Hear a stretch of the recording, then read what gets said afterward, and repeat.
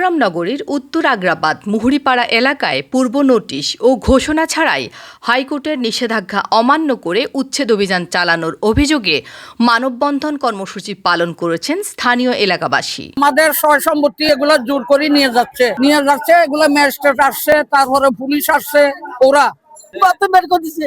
রাতে কি রাস্তায় ছিল? রাস্তা ছিল। আমার বোন এখন ওইখানে অন্তর্বদ্ধ বোঝাইতেছে, চোখে দেখে না। জন্ম থেকে বাপ দাদা আমার অনেক আগের থেকে, কিন্তু কালকে যে জুলুমটা করছে, বিনা দোষে যেভাবে অত্যাচার করছে, মনে হয় না ওই যে আপনার 24শে আগস্টে এরকম হয় নাই। মানুষ রাস্তায় শুয়ে গেছে, বলো আমাদেরকে গুলি করো, এত সাহস। ওই মহিলাকে মা, ওই ম্যাজিস্ট্রেট মহিলাকে মা পর্যন্ত সম্বোধন করার পরও তার একটু নমনীয় হয় নাই। সে ভালো ভালো জায়গায় যেগুলা নিয়ে কোনো মামলা নাই, কোনো কিচ্ছু নাই, সেখানে পর্যন্ত তিনি তালা মারি দিছে। ভালো মেন রাস্তাতে ওয়ালের পারমিশন নাই, এটা মনে করে ওয়াল ভেঙে দিল। কোনো কথা কারো শুনতেছে না, কারো কথা করতেছে না। আমরা কি এদেশের নাগরিক না? আমরা কি মানুষ না? এই সরকার যে আসলো দেশে, এটা কি হাজার হাজার মানুষের মনে করেন তো রক্তের বিনিময়ে কি আসে নাই?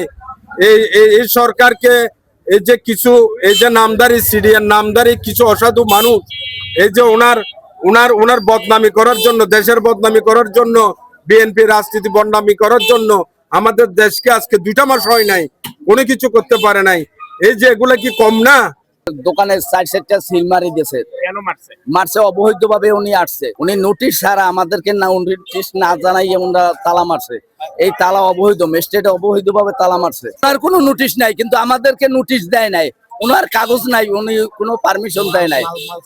মাল সহ আমাদের কোনো মাল নেওয়ার কোনো 5 মিনিট টাইম দেয় নাই। বারবার বলতে এটা সরকারি জায়গা, এটা সিডিএর জায়গা, এটা মিথ্যা কথা, সম্পূর্ণ একটা মিথ্যা কথা।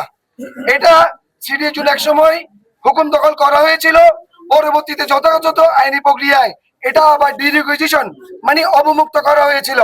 সেই অবমুক্তির অর্ডার অনুযায়ী তারা এলএ ডিপার্টমেন্ট ভূমি অধিগ্রহণ কর্তৃপক্ষ আমাদেরকে চিঠি ইস্যু করে, আপনারা টাকা জমা দেন, আপনাদের জায়গা আপনারা ফেরত নেন। সেই চিঠির বিপরীতে আমরা জমির মালিকরা যে টাকা ওনারা ধার্য করেছেন মালিকদের, সেই টাকাটা আমরা ব্যাংক চালানোর মাধ্যমে জমা দিয়ে পুনরায় আমরা আমাদের মালিকানা ফেরত পাই। এই জায়গাটা 1963 ইংরেজির তৎকালীন পাকিস্তান সরকারের সিডিএ দখল করছিল। দখল করার পরে এরপর একটা বাংলাদেশ হয়ে গেল। বাংলাদেশ হয়ে যাওয়ার পরে এই জায়গার জন্য প্রেসিডেন্ট এরশাদ সাহেব এখানে আমাদের এই এলাকায় আসছিল। এই জায়গার মধ্যে রাষ্ট্রপতি যখন ছিলেন, উনি এখানে আসার পরে বলছে যে এই এলাকার মানুষের ওয়াদা দিয়ে গেছে এই জায়গাটা ফেরত দেওয়া হবে। তো এইটা জায়গাটা দায়িত্ব দেওয়া ছিল এম এস সালামকে।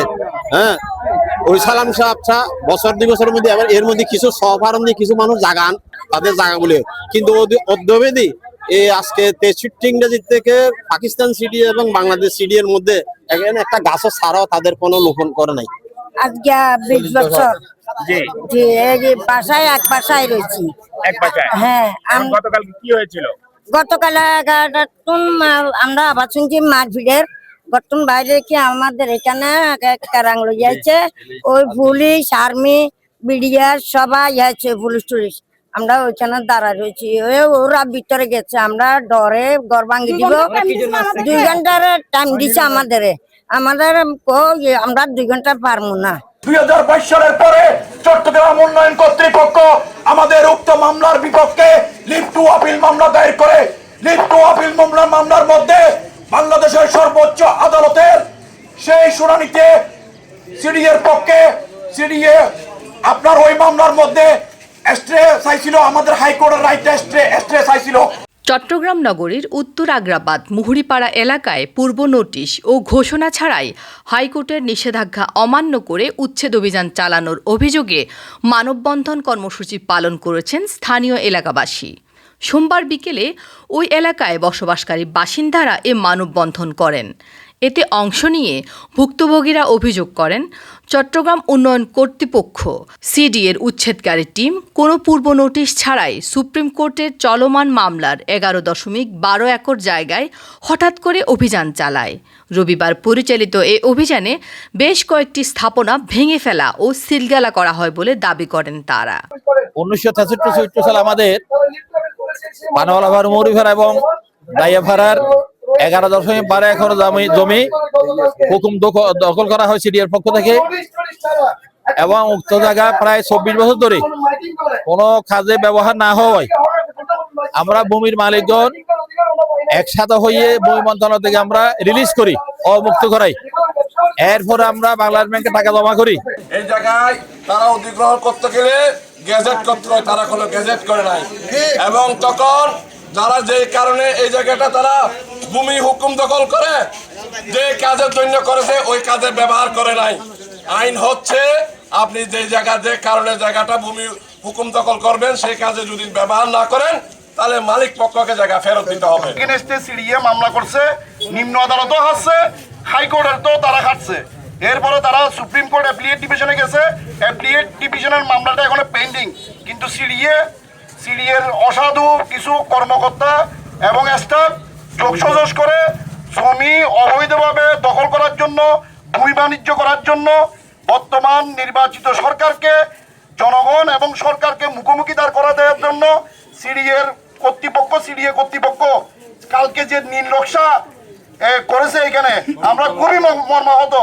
মানববন্ধনে বক্তারা জানান 1988 সালের সরকার বাদী হয়ে উক্ত জায়গার মালিকানা দাবি করে মামলা দায়ের করে। তবে নিম্ন আদালত থেকে শুরু করে উচ্চ আদালত পর্যন্ত রায় যায় আলহাজ মোহাম্মদুল্লাহ সওদাগরের পক্ষে। বর্তমানে ওই রায় বাতিলের জন্য চট্টগ্রাম উন্নয়ন কর্তৃপক্ষ সুপ্রিম কোর্টের আপিল বিভাগে আপিল করেছে, যা এখনও বিচারাধীন রয়েছে। এ অবস্থায় হাইকোর্টের রায় ও সুপ্রিম কোর্টের নির্দেশনা উপেক্ষা করে উচ্ছেদ অভিযান চালানোর চেষ্টা করা হচ্ছে বলে অভিযোগ করেন এলাকাবাসী।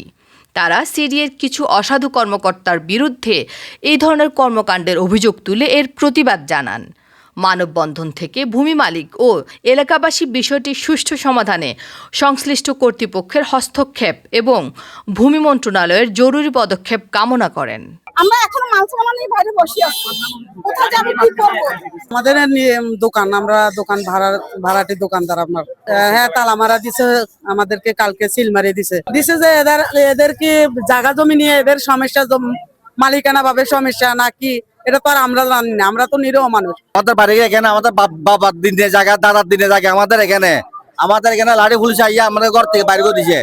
আমরা সারা রাত মাংস নিয়ে বাইরে ছিলাম, সারাদিন কালকে থেকে কিছু খাই নাই, এখনো খাই নাই। মানুষ আমাদের জন্য কিছু ডাইল পাতা নাম ডাইল খাই চলি। ডেস্ক রিপোর্ট, নোংর নিউজ।